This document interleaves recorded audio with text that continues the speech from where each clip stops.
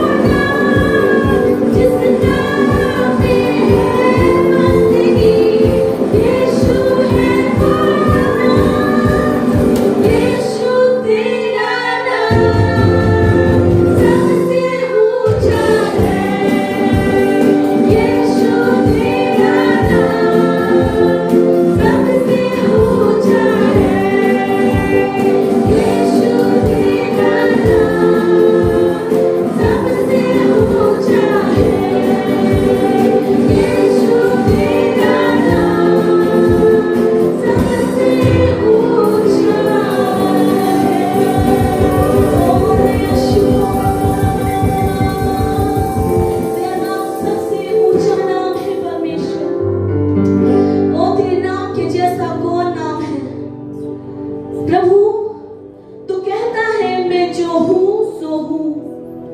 हाँ पवित्र आत्मा, तेरे समान कोई नहीं। ओ तेरे नाम में अंधे देखते हैं, तेरे नाम में परमेश्वर, ओ पिता परमेश्वर, हर असंभव बात संभव होती है। ओ ले चल हमें परमेश्वर, ले चल हमें अपने पवित्र स्थान में, अपने उस महान उपस्थिति में पिता। ओ जहां शांति है, ओ जहां आजादी है, जहां तू है, ओ मैं तेरे दर पर आया हूं। ले चल मुझे यीशु, मैं तेरी दर पे आया हूं, खाली हाथों से अपने सर को झुकाता हूँ। झोली मेरी भर दे, मैं तेरी दर पे आया हूँ, खाली हाथों से अपने सर को झुकाता हूँ। झोली मेरी भर दे, मुझे ढूंढता हुआ, मुझे चाहता हुआ, छोड़ आया आसमां तू यहाँ। मेरे से मुझको चुना, अपना बना लिया, नाम तेरा है दिया यीशुआ। ले चल मुझे,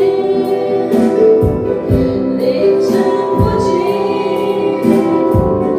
तू है जहाँ।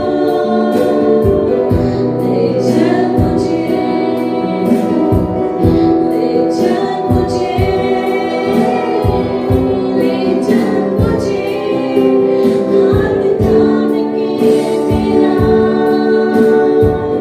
ले चल मुझे, ओ ले चल मुझे, ओ मैं तेरे लिए प्यासी हूँ, ओ हम तेरे लिए प्यासे हैं परमेश्वर। ओ तू कहता है तू जीवन जल है, जिसे पीने से कोई भी प्यासा नहीं होगा। ओ आज इस समय हम तेरे उस जीवन जल से पीना चाहते हैं। ओ प्रभु हम कहते कि अभिनय के समान ओ प्यासे हैं, हमें अपने जल से तृप्त कर परमेश्वर। हालेलुया। जैसे मेरी वाणी के लिए प्यासा मैं भी हूँ तेरे लिए, जैसे मेरी वाणी के लिए प्यासा मैं भी हूँ तेरे लिए। मुझे ढूंढता हुआ, मुझे चाहता हुआ, छोड़ आया आसमां तू यहाँ। मेरे से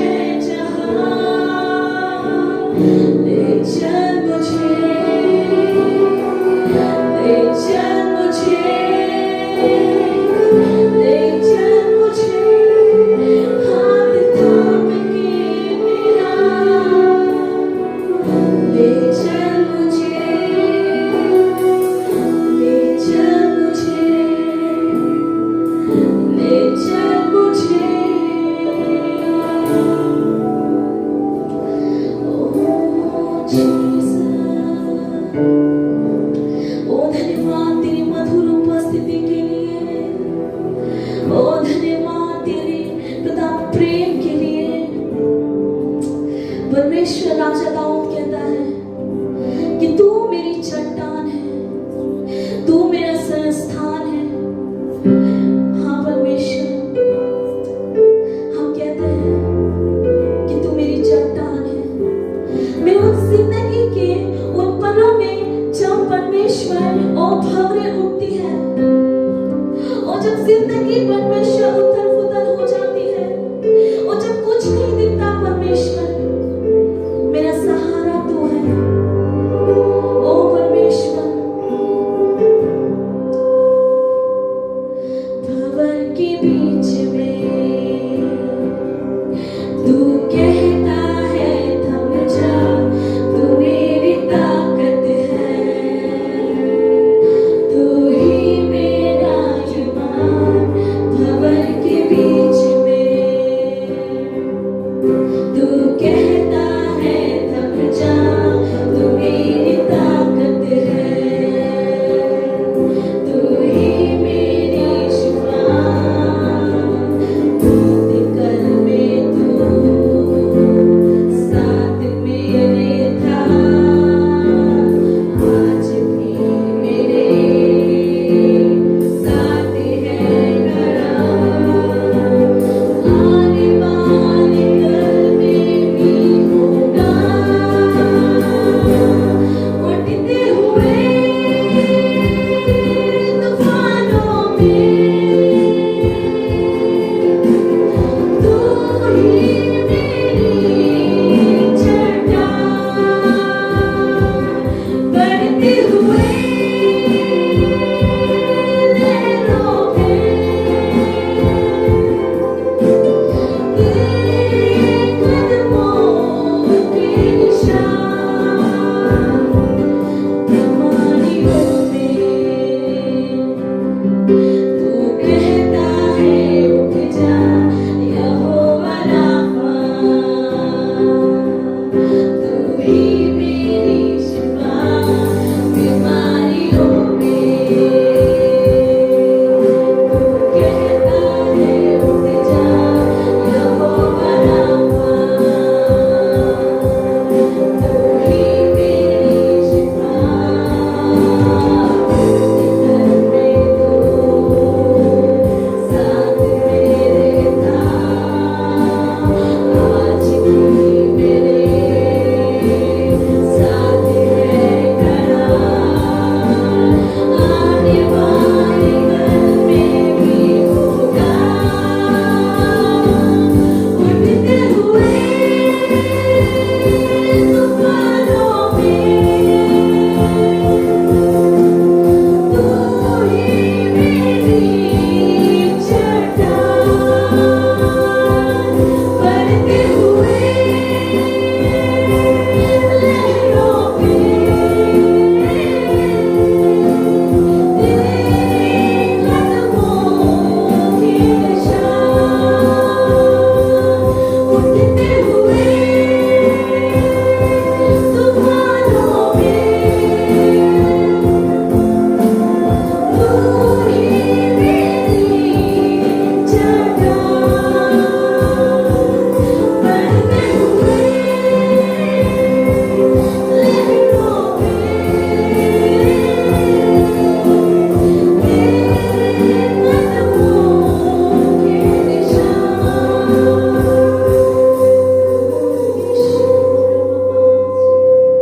क्यों नहीं आइए उस परमेश्वर से हम एक और बार कहें कि प्रभु, उठते हुए तूफानों में तू मेरी चट्टान है, और लहरों में तू मेरी और मेरा ढाल है। उस परमेश्वर को हम सराहें। मैं प्रियो उस परमेश्वर को भाता है जब हम उसकी प्रशंसा करते हैं, जब हम उसे कहते हैं कि परमेश्वर तू मेरी जिंदगी में मायने रखता है, परमेश्वर तू मेरी जिंदगी में है। ओ वो परमेश्वर खुश होता है मेरे प्रियो। ओ रबा शिव रबा बाबा। Jesus, hallelujah। उठते हुए तूफानों में तू ही मेरी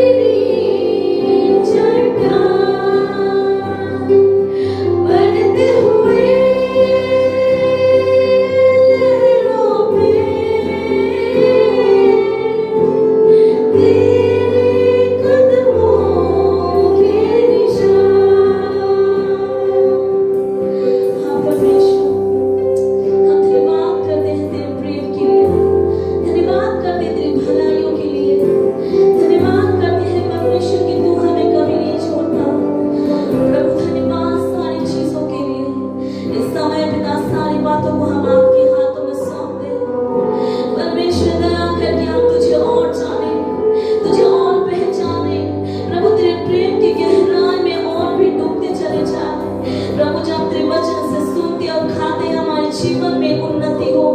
प्रभु हम उससे आशीषित हो। प्रभु सुनने वाले की जिंदगी में आशीष हो। प्रभु सारी बातों में आपको महिमा मिले। प्रभु धन्यवाद करते हैं हर एक बातों के लिए। धन्यवाद करते हैं राजा जो तूने हमें संभाले रखा। सारी बातों को आपके हाथ में सौंपते हैं परमेश्वर। तू बड़े हम घटे, तेरी मर्जी हर एक बातों में पूरी हो। यीशु तेरे नाम से हम मांगते हैं, आमीन।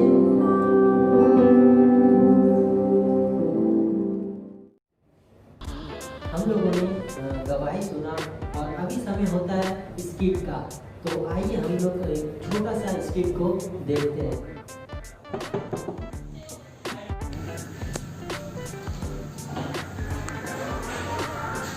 अच्छा सिस्टर, अंकित नहीं है क्या? क्लास है, जाना था क्लास। हाँ वो रेडी हो रहा है, तुम अंदर आके बैठो। अच्छा ठीक है।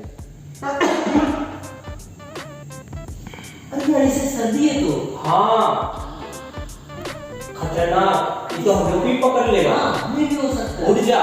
हाँ अरे हाँ डरो मत, ये कुछ नहीं है, ये आम सर्दी है, इससे ठीक हो जाएगा। नहीं देखो, कुछ नहीं होगा, कुछ नहीं होगा। मैं इसे आज डॉक्टर के पास ही लेके, मैं इसे आज लेके जाऊंगा डॉक्टर के पास, ठीक है? देखते हैं डॉक्टर क्या सलाह देते हैं।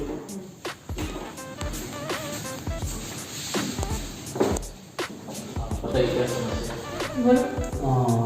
थोड़ा जुकाम हो गया है, सर्दी हो गया है, और सर खांसी भी थोड़ा सा। खांसी। खांसी है, कब से हो रहा है? करीब 3 दिन हो रहा है। 3 दिन से। या। अच्छा तो आपका खांसी ड्राई हो रहा है या ड्राई हो रहा है, सूखा हो रहा है या फिर वो कफ निकल रहा है? नहीं, कफ नहीं निकल रहा है। कफ निकल रहा है। ठीक है, वो वैसे तो वो ज़्यादा तो सीरियस नहीं है, आम सर्दी है। तो आपको मैं ये टैबलेट को दे रहा हूँ। ये टैबलेट को एक रात में एक बार खा लीजिए, सुबह में एक बार, और एक सिरप है, इसको आप रात में एक बार एक सिप ले लीजिएगा सुबह को, ठीक है? और ये जो खाइए, कल परसों तक सब नॉर्मल है। ठीक है। देखा कुछ नहीं है, नॉर्मल है। ये लीजिए।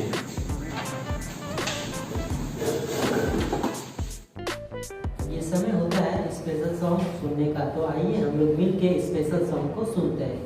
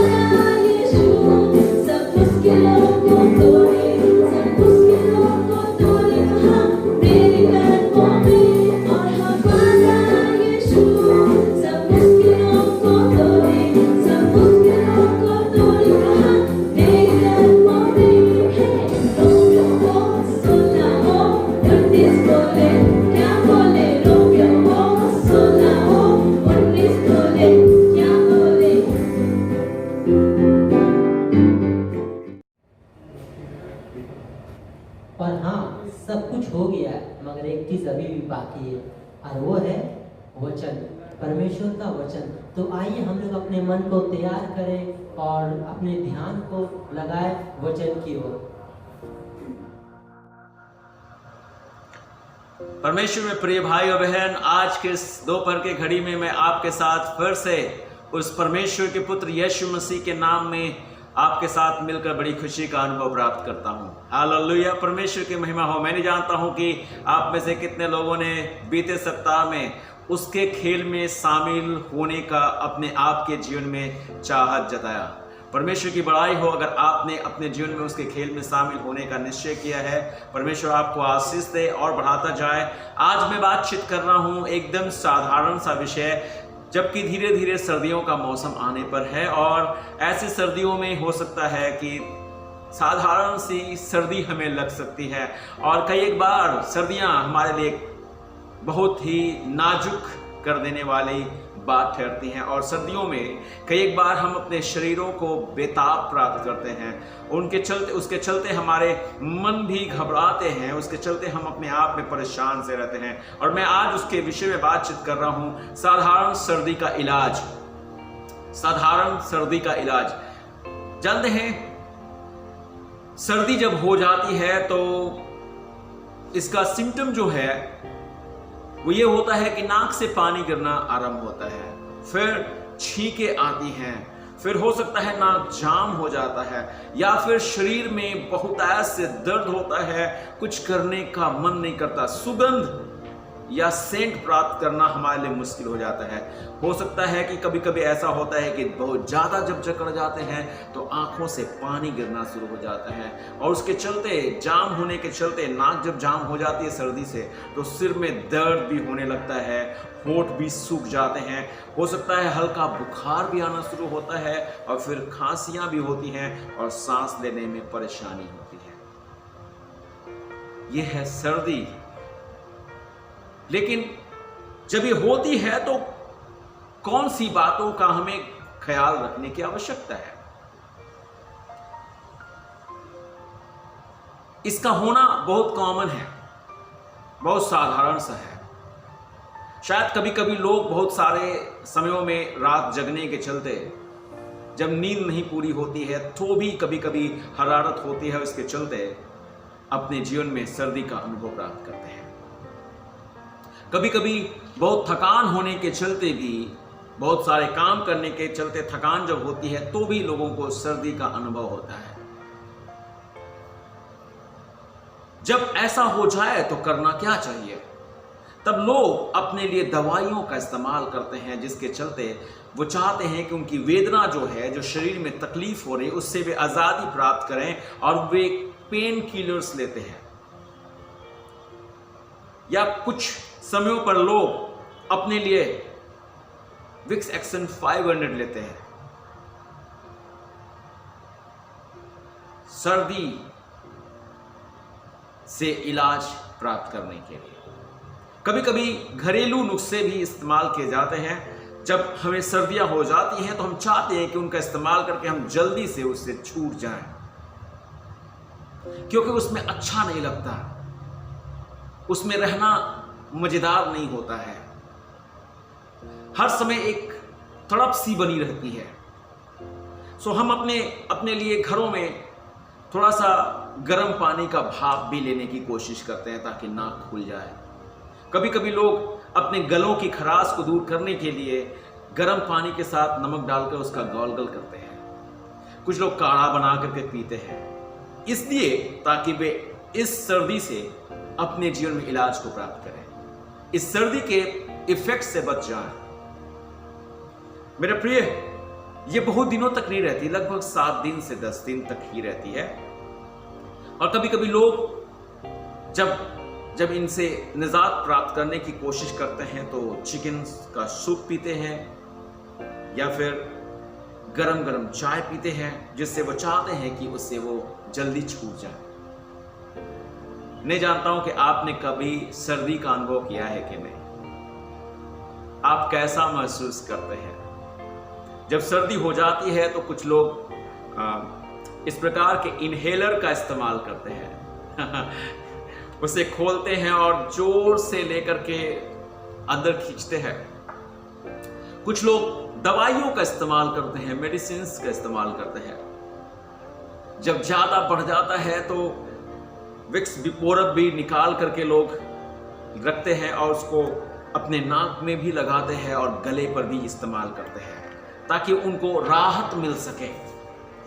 लेकिन जब कभी ऐसी बात हो जाए तो हमें क्या करने की आवश्यकता होती है? हम तो साधारणतः ऐसी सर्दियों से निपटने का हर एक संभव आइडिया जानते हैं।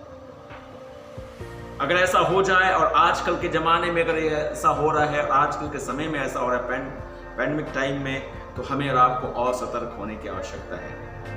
और हमें साफ साफ बताया गया है कि कई बार हाथ धोइए, अपना ख्याल कीजिए, बीमार व्यक्तियों के संपर्क में मत जाइए, और अगर आपके बलगम निकलते हैं या कफ निकलता है तो उसको आप ढक दीजिए, उसको खुला मत छोड़िए, जिससे दूसरे पर या दूसरे किसी पर इसका प्रभाव ना पड़े। परमेश्वर की प्रशंसा हो, परमेश्वर की महिमा हो। आज मैं आपसे बात कर रहा हूं साधारण सर्दी का इलाज। ये तो एक कॉमनली हमारे शरीर में होने वाली बात के विषय में बताया, लेकिन मैं आपको कहीं और ले चलना चाहता हूं। यहां पर भी कुछ ऐसी बात घट गई थी जिसके चलते परमेश्वर को उन लोगों से या उस कलीसिया से इस बात को कहने की आवश्यकता पड़ी। मैं नहीं जानता हूं कि जब साधारण सर्दियां होती हैं तो उसके इलाज के लिए हम कितने बेताब होते हैं, कितने सारे आइडियाज लगाते हैं, कितने बार डॉक्टर्स के पास जाते हैं, कितनी मेडिसिन लेते हैं और क्या क्या नहीं करते हैं। हम चाहते हैं कि ये सर्दी हमसे दूर हो जाए, लेकिन मेरे प्रिय, जब ऐसी बातें हमारे साथ घट जाती है तो उस समय हम कितना उपाय करते हैं, या उपाय नहीं करके हम अपने आप में चुप्पी साध के बैठ जाते हैं। आइए हम देखें परमेश्वर के वचन में प्रकाशित वाक्य उसके 2 अध्याय उसके 1 पद से लेकर 7 पद में, प्रकाशित वाक्य 2 अध्याय उसके 1 से लेकर 7 पद में लिखा हुआ है, इफिसुस की कलीसिया के दूत को यह लिख, जो सातों तारे अपने दाहिने हाथ में लिए हुए है और सोने की 7 दीवटों के बीच में फिरता है, वह यह कहता है कि मैं तेरे काम और तेरे परिश्रम और तेरे धीरज को जानता हूं, और यह भी कि तू बुरे लोगों को देख नहीं सकता, और जो अपने आप को प्रेरित कहते हैं और है नहीं, उन्हें तूने परख कर झूठा पाया। तू धीरज धरता है और मेरे नाम के लिए दुख उठाते उठाते थका नहीं, पर मुझे तेरे विरुद्ध यह कहना है कि तूने अपना पहला सा प्रेम छोड़ दिया है। इसलिए स्मरण कर कि तू कहां से गिरा है और मन फिरा और पहले के समान काम कर। यदि तू मन न फिराएगा तो मैं तेरे पास आकर तेरे दीवट को उसके स्थान से हटा दूंगा। पर हां, तुझसे यह बात तो है, तुझमें यह बात तो है कि तू नकलियों के कामों से घृणा करता है, जिनसे मैं भी घृणा करता हूं। जिसके कान हो वह सुन ले कि आत्मा कलीसिया से क्या कहता है। जो जय पाए उसे उस जीवन के पेड़ में से जो परमेश्वर के स्वर्लोक में है फल खाने को दूंगा। परमेश्वर की स्तुति हो, परमेश्वर की प्रशंसा हो, परमेश्वर की बढ़ाई हो।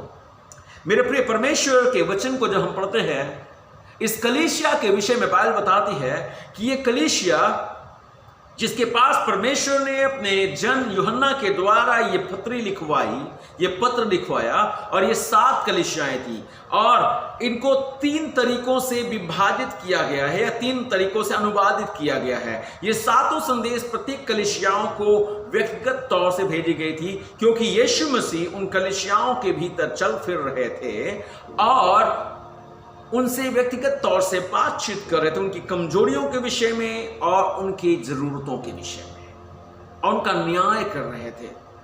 जानते हैं, इस कलीसिया के विषय में अगर हम बात करने की कोशिश करें तो इसका नाम था इफिसुस, और इफिसुस जो थी वो एक एशिया की राजधानी थी। क्यों? जानते हैं, इसके प्रसिद्धि का कारण क्या था? पहले बात जिसके कारण इफिसुस प्रसिद्ध था, जाना माना था, क्योंकि वहां पर डायना के मंदिर का निर्माण हुआ था, जो संसार के 7वें आश्चर्य में से है। वो समुद्र तट पे बसा हुआ नगर था, और वहां की कलाकारी के विषय में वो बहुत ज्यादा प्रसिद्ध था, और साथ साथ में वो पाप के लिए भी प्रसिद्ध था, क्योंकि वहां पर हर एक प्रकार के पाप के काम चलते थे। अगर वाणिज्य के हिसाब से देखने की कोशिश करें तो यहां पर जहाजों को ठहरने के लिए पतन्यास था या पोर्ट था। सैनिकों का यह शहर था, यहां पर सैन्य दल बहुत मजबूत थी। यहाँ का ये एक आधुनिक शहर था। जानते हैं, तीसरी बात, यह राजनीतिक तौर से भी स्वतंत्र शहर था। यह खुद से चलायमान था, इसे कोई और शासन करके नहीं चलाता था। प्रेरितों के काम की पुस्तक 18वें अध्याय को जब हम पढ़ते हैं तो परमेश्वर कुछ बताता है कि पौलुस ने जाकर इफिसुस में यहां पर एक कलीसिया स्थापित की थी, जहां पर अपुल्लोस ने जाकर के बाद में प्रचार किया, अक्विला प्रिस्किल्ला ने भी सेवा किया, तिमोथी वहां का पास्टर हुआ और प्रभु यीशु मसीह का दास यूहन्ना वहां के लिए पत्र लिखा।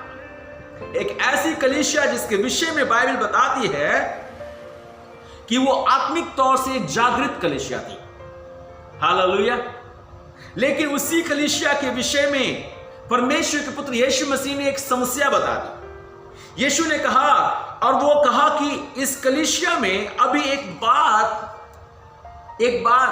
की प्राप्ति की गई है, अभी इसमें एक बात की ठंडक पाई गई है, अभी इस बात की इसमें कमी पाई गई कि ये सर्दी से जकड़ चुकी है। एक ऐसी कलीसिया जिसके विषय में पहला पद कहता है, इफिसुस की कलीसिया के दूत को यह लिख, जो 7 तारे अपने हाथ में लिए हुए है और सोने के 7 दीवटों के बीच में फिरता है। वह कहता है, मैं तेरे कामों को जानता हूं और मैं तेरे कामों और परिश्रम और तेरे धीरज को जानता हूं, और यह कि तू बुरे लोगों को देख नहीं सकता, और जो अपने आप को प्रेरित कहते हैं और है नहीं, उन्हें तूने परख कर झूठा पाया। तू धीरज धरता है और मैं तेरे और मेरे नाम के लिए दुख उठाते उठाते थका नहीं। उसके विषय में बड़ाई करता है परमेश्वर का वचन। उसके विषय में परमेश्वर का वचन कहता है कि वे अपने काम को सही तरीके से करने वाले थे। वो एक बहुत व्यस्त कलीसिया थी। वहां के लोगों को काम करना काम से बहुत प्यार था। लेकिन कैसा काम? उन्हें दुख उठा करके अपने जीवन से सब कुछ को बलिदान करके काम किया था। धीरज में स्थिर रह करके सताव में भी डगमगाए नहीं थे। लेकिन परमेश्वर का वचन कहता है दूसरे पद में कि वे सत्य पर बने रहे। उन्होंने बुरे लोगों से अपने आप को दूर रखा और उसका अभ्यास किया। हो सकता है कि हम और आप भी ऐसे ही हैं, जिसके विषय में परमेश्वर का वचन कहता है कि मैं तेरे काम, तेरे परिश्रम और तेरे धीरज को जानता हूं। तू सब चीज में ठीक है। युवा फेलोशिप, तू बेहतर करता है। तेरे काम को देखकर मुझे बड़ी खुशी होती है। तुम बहुत अच्छी वर्शिप करते हो। तुम जो स्कीट करते हो बड़ा मजेदार करते हो। जब तुम कभी भी किसी तरीके से किसी परफॉर्मेंस को करते हो तो उसमें अपना 100% देते हो। तुम हो सकता है कि तुम अपने जीवन में ऐसे लोगों से जो बुरी बातों को ज्यादा पसंद करते हैं, उनसे अपने आप को दूर रखते हो।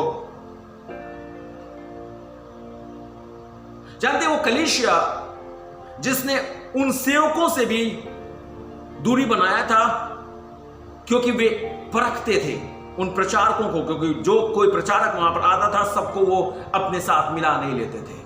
पहले देखते थे कि वो व्यक्ति परमेश्वर की ओर से है कि नहीं, परमेश्वर की सिद्धांतिक बातों को हमें सिखाता है कि नहीं। मेरे भाई और बहन, हमें और आपको अंधा होने की आवश्यकता नहीं है। ऐसे समयों में हमें और आपको बहुत सावधान होने की आवश्यकता है। कहीं ऐसी बातें, छोटी छोटी बातें हमें और आपको, मेरे प्रिय, हमें और आपको परमेश्वर में ठंडक पहुंचा सकती है, परमेश्वर से अलग कर सकती है। हमें और आपको उनकी शिक्षाएं ठग सकती हैं। हमें और आपको फिर से सर्दी हो सकता है। इसका गलत प्रभाव हम पर पड़ सकता है। हम सावधान रहे। 12 प्रेरित थे जो उपयुक्त तरीके से परमेश्वर के द्वारा इस्तेमाल किए गए थे। और मेरे प्रिय, जब वे उस कलीसिया में कोई दूसरा पास्टर आता था तो वे उसको परखते थे कि वो आश्चर्यक्रम करने वाला है या अन्य भाषा बोलने वाला है या किस प्रकार से वो चंगाई देने वाला है। सारी चीजों को परखते थे।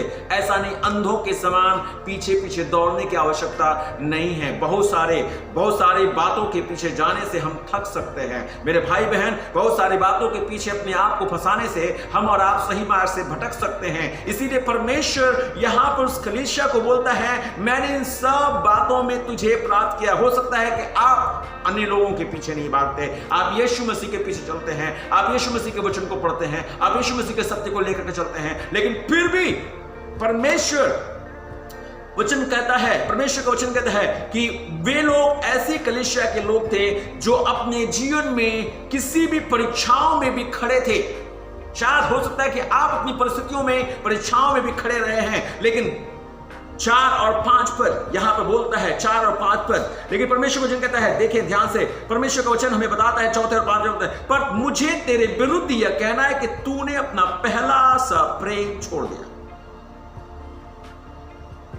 क्या कर दिया?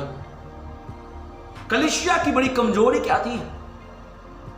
वो पहला सा प्यार, वो पहला सा समर्पण, वो पहली सी जागृति, वो पहला सा आत्मिक भूख, वो पहला सा वो जोश तूने खो दिया है। मैं नहीं चाहता हूं कि फिर से तू अंधा बन जाए, तू नंगा हो जाए, तेरी लज्जा चारों तक फैले। परमेश्वर इसीलिए इस कलीसिया को इस प्रकार से बोलता है, और आज इस युवा फेलोशिप के हर एक जवान जो आप इस संदेश को सुन रहे हैं, मैं आपसे कह रहा हूं, मैं नहीं जानता कि आप इस समय किस प्रकार की सर्दी से जकड़े हुए हैं, किस सर्दी ने आपको पकड़ रखा है और इसका इलाज करने के लिए आप सोच रहे हैं कि नहीं। साधारण सर्दियां जो शरीर में होती हैं, उसके इलाज के लिए हम पागल हो जाते हैं, उसके लिए पता नहीं कितने दोस्तों के पास हम बातचीत करने लगते हैं। लेकिन जब हमारे जिंदगी में, आत्मिक जीवन में ऐसी गिरावट आई है, क्या हमें और आपको इसके इलाज के लिए नहीं चिंता करना चाहिए?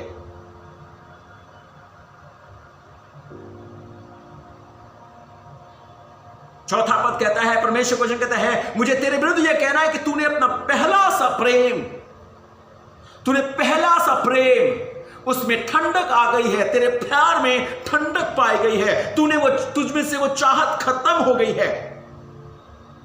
वे लोग सब उधार पाए हुए लोग थे, वे सब लोग सेवा करने वाले लोग थे, उनकी सेवा की मानसिकता सिर्फ गलत थी। क्यों गलत थी? क्योंकि उनमें से बहुतेरे थे जो अपना आत्मसम्मान खोजते थे। मैं नहीं जानता हूं मेरे प्रिय कि हम और आप कितने ऐसे हैं जो हम अपना सम्मान खोजने के लिए पागल हैं।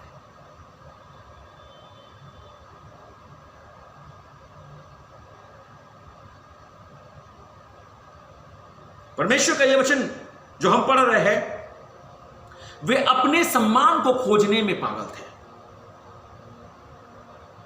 वे ऐसे लोग हो गए थे कि कलीसिया में अपना पद ढूंढते थे, पोजीशन। मेरा पोजीशन किधर है?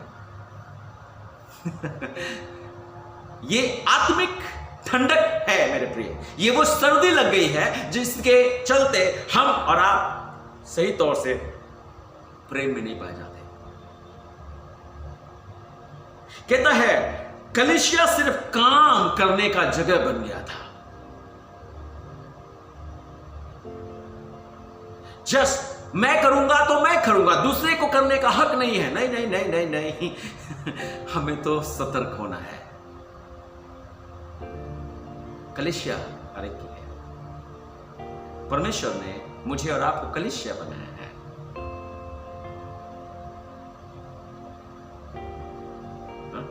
हम कोई मालिक नहीं है यहां पर, मैं भी मालिक नहीं हूं,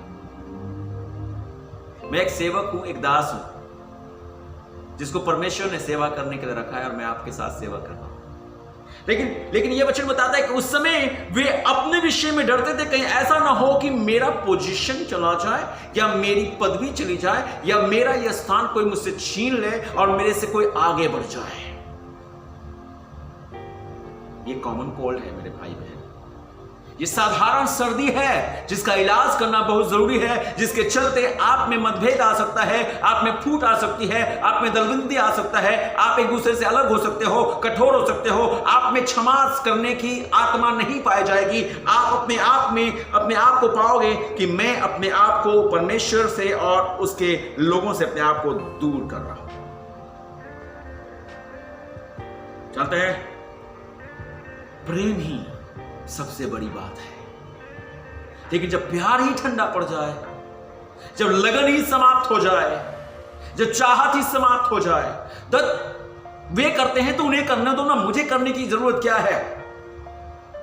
नहीं नहीं नहीं, ये मेरा हाल है, ये मेरा गान, यीशु का यश मैं करता बखान। हालेलुया, परमेश्वर की महिमा हो।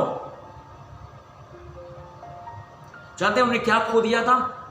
उन्होंने वो पहला प्यार, वो हनीमून लव खो दिया था।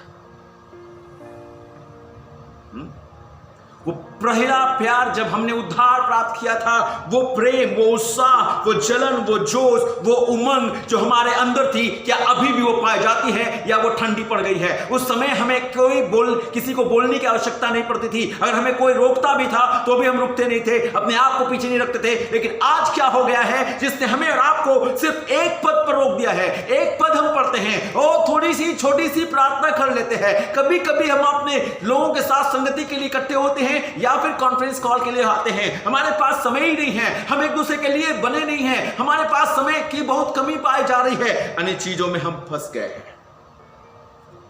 परमेश्वर कहता है, कहां है वो प्यार, कहां है वो लगन, कहां है वो चाहत जिसमें हम कहते थे कि हम और आगे जाएंगे, जिसमें हम कहते थे कि हम और उन्नति करेंगे।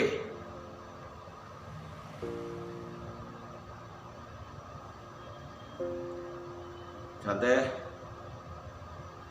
उस कलीसिया के लोग मार्था के समान अत्यंत व्यस्त हो गए थे। क्या आप भी मार्था हो गए हैं? बहुत सारी बातों की चिंता करने लगे हैं। हमारी चिंता करने वाला हमारा परमेश्वर है। आपकी और मेरी चिंता मेरा परमेश्वर करता है। इसीलिए वो कहता है, अपनी समस्त चिंता यहोवा पर डाल दे क्योंकि उसे तेरा ख्याल है।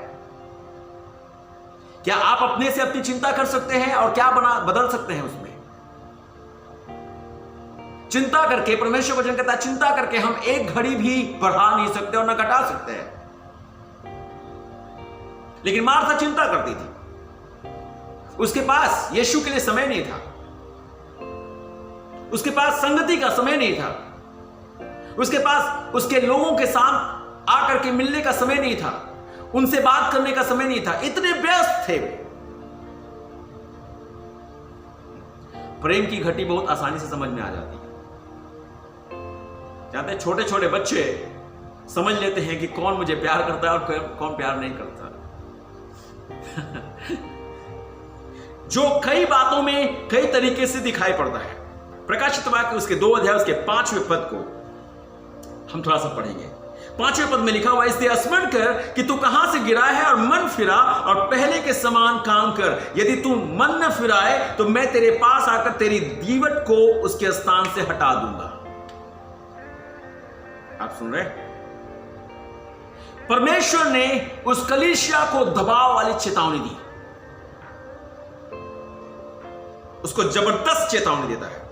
उसके बाद 6 पद और 7 पद को आप पढ़ेंगे, बोलता है, पर हां, तुझ में यह बात तो है कि तू नकलियों के कामों से घृणा करता है, जिनमें मैं भी घृणा करता हूं। जिसके कान हो वह सुन ले कि आत्मा कलीसियाओं से क्या कहता है। जो जय पाए मैं उसे उस जीवन के पेड़ में से जो परमेश्वर के स्वलोक में है फल खाने को दूंगा। मैं और आप स्वर्गीय स्थानों में बैठने वाले हैं। मैं और आप उसके दाहिनी ओर बैठने के लिए हैं।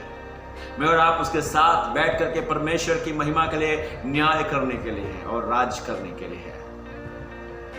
लेकिन क्या हो गया है मेरे प्रिय, आज हमारे दिए दशा ऐसी हो गई है और इच्छा नहीं करती। मेरे पास लोगों के प्रस्ताव आते हैं और समझ में नहीं आता कितने दिनों तक इस प्रकार से झेलना पड़ेगा और कब तक हमें करने की आवश्यकता पड़ेगी। मैं आपको बता दूं, जब तक प्राण नहीं निकल जाए तब तक करने की आवश्यकता पड़ेगी। मेरे परमेश्वर वचन कहता है, कब तक विश्वासी रहने की आवश्यकता पड़ेगी। कुछ लोग कहते हैं कब तक विश्वासी रहें, परमेश्वर के वचन में लिखा हुआ है प्राण देने तक विश्वासी रहे। आप कहेंगे कब तक प्रार्थना करें, परमेश्वर वचन कहता है निरंतर प्रार्थना करो, लगातार, without ceasing, pray without seizing.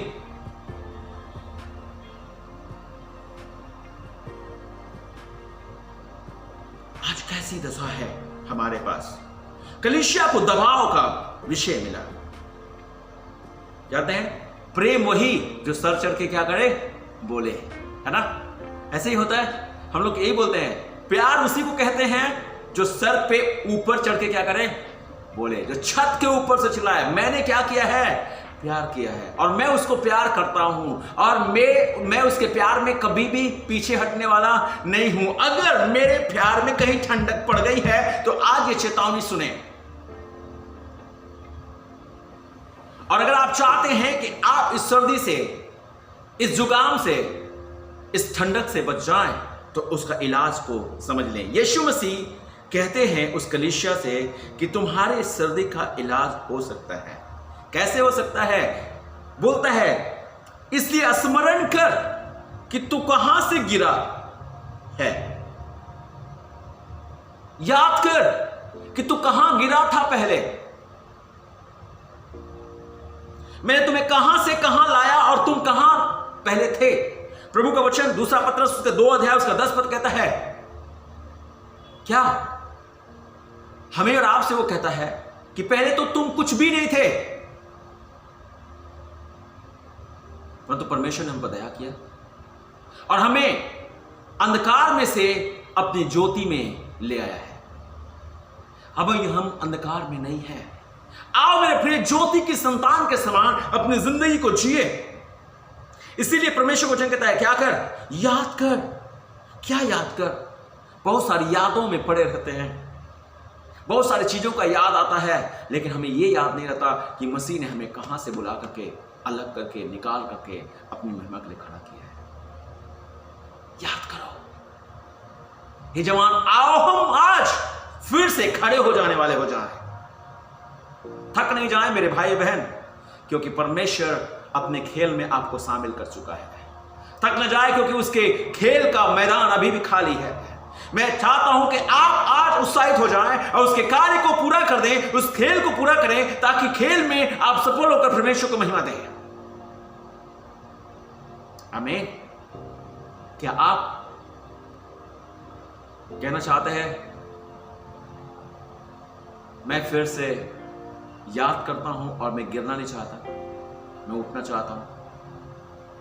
प्रभु का वचन कहता है वह गिरते हुओं को सीधा खड़ा करता, उन्हें उठाता है, उन्हें डुबा नहीं देता। वो कुचले हुए नरकट को और कुचलता नहीं है।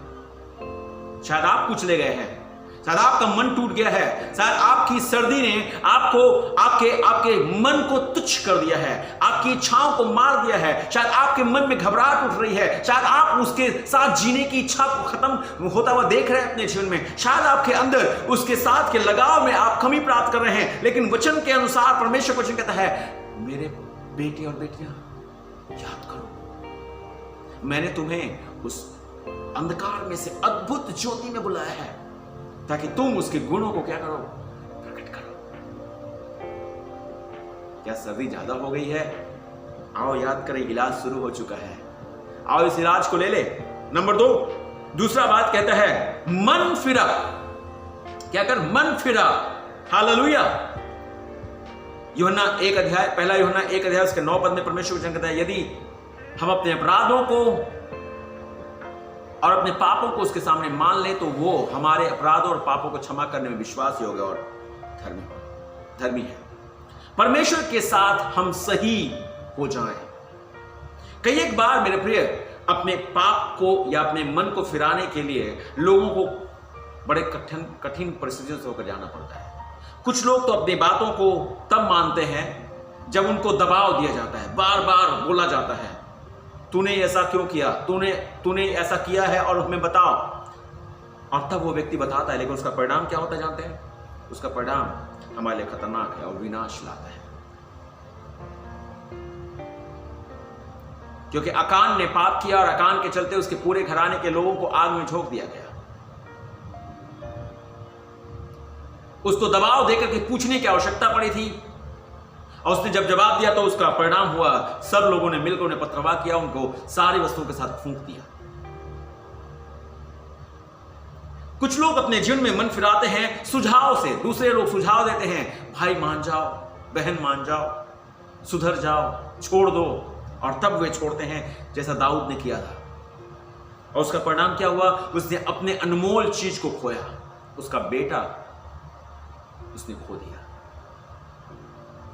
लेकिन एक मन फिरा और है, जब हम खुद से लौट आते हैं, जब खुद से अपना मन फिराते हैं, जैसा उड़ाऊ पुत्र ने किया था, जो अपने बाप की सारी संपत्ति को लेकर के, जो उसकी थी, उसे लेकर के भाग गया था, चला गया था, और जब लौटा पिता ने उस बेटे को देख करके उसे तुच्छ नहीं ठहराया, उसे गले से लगाया, उसके सिर पर पगड़ी डलवाई, उसको अच्छे वस्त्र दिए, उसको जूते दिए, उसके लिए आनंद मनाया, उसके लिए सम्मान का विषय ठहरा। आज मेरे भाई बहन, अगर हम और आप आज महसूस कर रहे हैं कि सर्दी हो चुकी है, लौट आइए अपनी मनमानियों को छोड़कर, उन बातों को छोड़कर जिसने आपको पिता से दूर कर दिया है। आपका सम्मान आपको फिर से परमेश्वर देना चाहता है, आपके लिए वो आनंद मनाना चाहता है, आपके लिए वो खुशी बनाना चाहता है और लोगों के सामने मानना चाहता है, बोलना चाहता है, मेरा बेटा खो गया था, अब मिल गया है, मर गया था, अब जी उठा है। हालेलुया। मरे हुए क्यों रहेंगे मेरे भाई बहन, आइए जिंदा हो जाएं। आमीन। परमेश्वर की महिमा हो। मेरे प्रिय, परमेश्वर का वचन इस अध्याय में हमसे कहता है, पहले के समान काम कर, परमेश्वर के प्रेम में फिर से पड़ जाओ और उसके काम में लग जाओ। अगर आप संडे स्कूल टीचर्स हैं तो क्यों आज ठंडे पड़े हुए हो? कितने सारे बच्चे बच्चियां हैं जो स्वर्ग राज के अधिकारी हैं, जिनके पास वो स्वर्ग के वचन का अभाव है। क्यों नहीं आप अपने लिए एक्शन लेने के तैयार हो जाते हो? आज मेरे प्रिय, ठंडे मत पड़ो। अगर आप जवानों की सेवा करने वाले बच्चे और बच्चियां हैं, आओ उन जवानों को जो अभी इस समय में, इस पैंडेमिक टाइम में अपने आप को कहीं और फंसाने की कोशिश में हैं, उनको उसमें से, उस आग में से झपट कर निकालो। अगर आप केयर से लीडर हैं, मैं आपको उत्साहित करना चाहूंगा, मेरे प्रिय, आप तैयारी करना शुरू करें, क्योंकि परमेश्वर का राज्य निकट आ चुका है। क्यों करके हम शांत पड़ जाए? क्यों नहीं हमारे हृदय में ऐसी भावना आ जाए, मैं अब तक चुप पर बैठा था लेकिन अब बैठूंगा नहीं, मुझे ये सर्दी रोक नहीं सकती। ओ परमेश्वर का पुत्र यीशु मसीह इलाज बता रहा है, बोलता है फिर से काम करना शुरू करो, थको मत, रुक मत जाओ, हारो मत, आगे बढ़ो। परमेश्वर की महिमा हो। इसलिए परमेश्वर का वचन बताता है,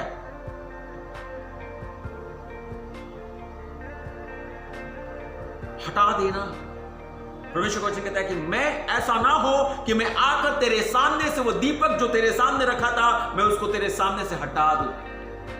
हटा देना मतलब यीशु के प्रति प्रेम नहीं है, और जहां यीशु के प्रति प्रेम नहीं है, वहां यीशु की ज्योति नहीं है। क्या आप ऐसे हैं?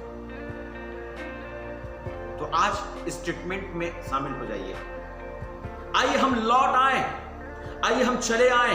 मेरे प्रिय, परमेश्वर का वचन पहला कुरिन्थियों उसके 13 अध्याय उसके 1 पद से लेकर 3 पद मैं आपके लिए पढ़ूं। यदि मैं मनुष्यों और स्वर्गदूतों की बोलियां बोलूं और प्रेम न रखूं तो मैं ठंठनाता व पीतल झंझनाती हुई झांझ हूं। और यदि मैं भविष्यवाणी कर सकूं और सब भेदों और सब प्रकार के ज्ञान को समझूं और मुझे यहां तक पूरा विश्वास हो कि मैं पहाड़ों को हटा दूं, परंतु प्रेम न रखूं तो मैं कुछ भी नहीं। यदि मैं अपनी संपूर्ण संपत्ति कंकालों को खिला दूं या अपनी देह जलाने के दे दूं और प्रेम न रखूं तो मुझे कुछ भी लाभ।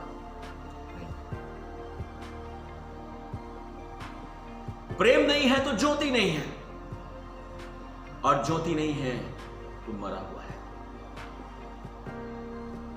7वां पद उसमें लिखा हुआ, जिसके कान हो वह सुन ले कि आत्मा कलीसियाओं से क्या कहता है। जो जय पाए उसे उस जीवन के पेड़ में से जो परमेश्वर के स्वर्गलोक में है फल खाने को दूंगा।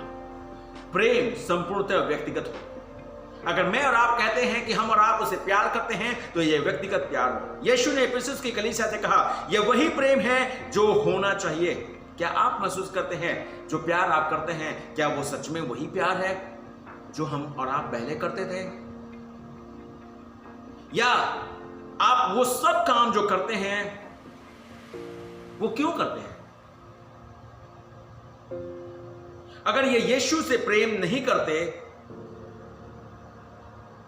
तो आपके काम करने का मकसद क्या है?